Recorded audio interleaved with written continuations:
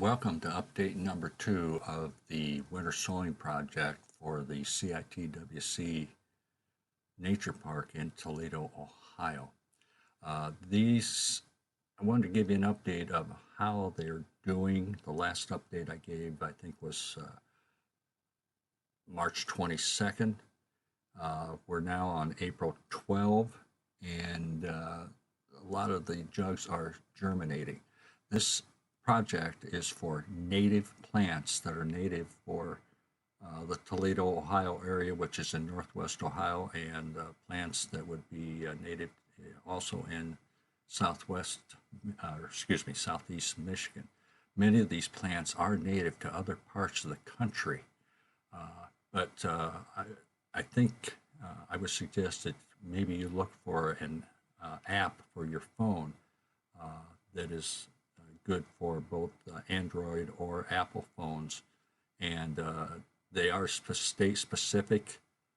I use Ohio wildflowers, and with that I can look up whether a flower is, or a plant or a tree, shrub, whatever, is native to my area. Something that is specific or something that is native to another part of the country may not grow well in my part of the country, or it won't support the biodiversity or the insects or the wildlife, birds, etc., that they need to survive in the area. Without these plants, many of the birds can't survive. For example, a chickadee nest needs 6,000 to 9,000 larvae just for one nest to make it through the spring. In this next update, I'm going to show some of the jugs that have germination and give a little explanation of what this flower might look like. I want to remind you that most of these wildflowers are perennials. They may not bloom the first year. It may take 1 to 2 years before they bloom. It may take 1 to 2 years for them to get established. So if you're going to plant native wildflowers to your area, it may take a while. So you really do need to be patient.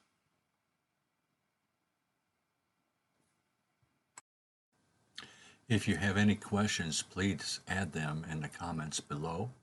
If you're interested in wildflower apps, they are specific to your state or province. All the leaves at this time are the first leaves, and all the pictures were taken on April 12, 21 in Toledo, Ohio. This first plant is wild bergamot. It took the second year for them to grow, for them to flower, and they give a nice spray of pinkish flowers that kind of hang upside down. And it just looks absolutely beautiful. This is swamp milkweed. Milkweed is the only plant that monarch butterflies will lay their eggs on, and that the caterpillars will eat. They will not eat any other plant. Alexander, one of the plants that support the yellow eastern swallowtail, its flowers are yellow. Blue stem is a grass, a prairie grass that gets 2 to 3 feet tall.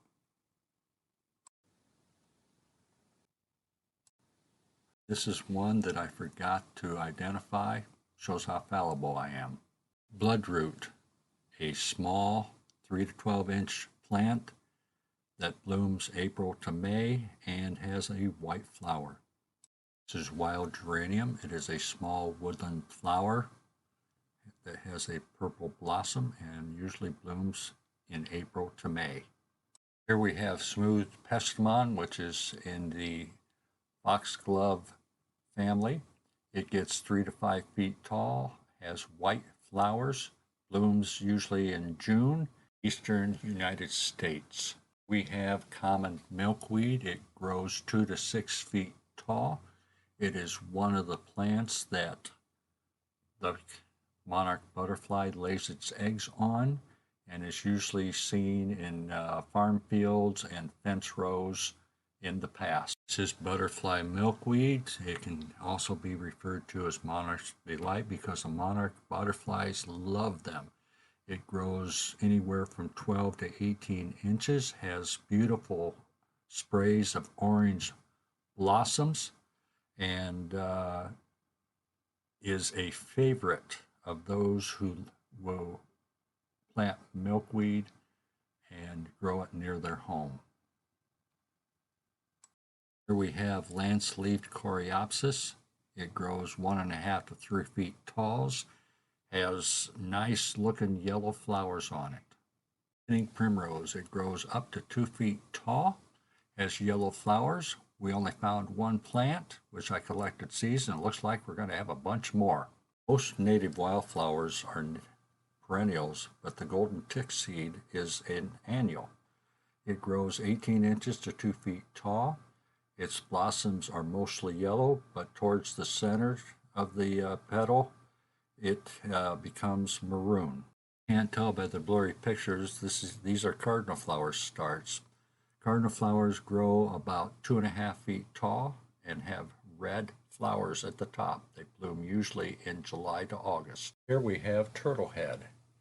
It grows to about 3 feet tall and has white flowers. It is native to the eastern U.S. This is ironweed. There are 3 different types of ironweed varieties that are native to Ohio, but I don't know which one this is. I'll just have to wait and see until it blossoms or how much it grows. Anyhow, most ironweeds grow from 3 to 6 feet tall and have a purpley colored flower. New England aster grows about 4 to 5 feet usually, has a purple flower, and it blooms in September into October. It is a favorite of deer, so they will probably eat the blossom moss, but also the monarch butterflies rest on it and get some rich nectar out of it on their way back to Mexico to overwinter, period. The onion in this picture is what looks like grass. It is not the shamrock-looking plant at the top. Nodding wild onion will bloom in its second year and has a flower that hangs over and is just an awesome flower to see. While some people may refer to this one as echinacea, the purple coneflower grows up to 3.5 feet tall and occasionally branches. Its bloom cover can go from June on into September. A bluebell grows about 1 to 2.5 feet tall, occasionally branching. It has a blue flower and blooms usually in April or May. It is a native of eastern U.S. Blue vervain is a slender but erect plant that grows up to 5 feet tall. It occasionally branches at the top. The flower stem starts flowering from the bottom going up to the top. It, of course, as the description says, the flowers are blue, and it is a product or native to the eastern U.S. The iris versicolor is commonly known as the blue flag iris or harlequin blue flag, and is a product of the eastern United States.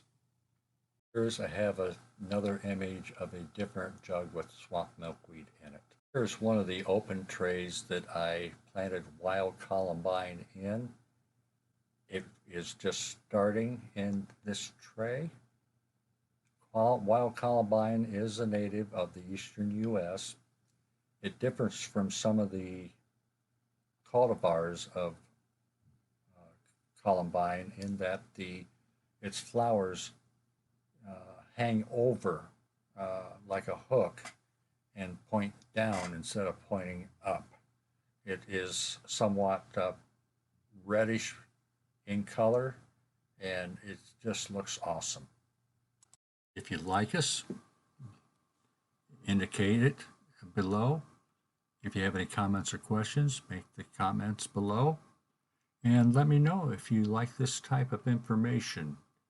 In the near future, I'll update you again about the status of our milk jug planting of the native plants.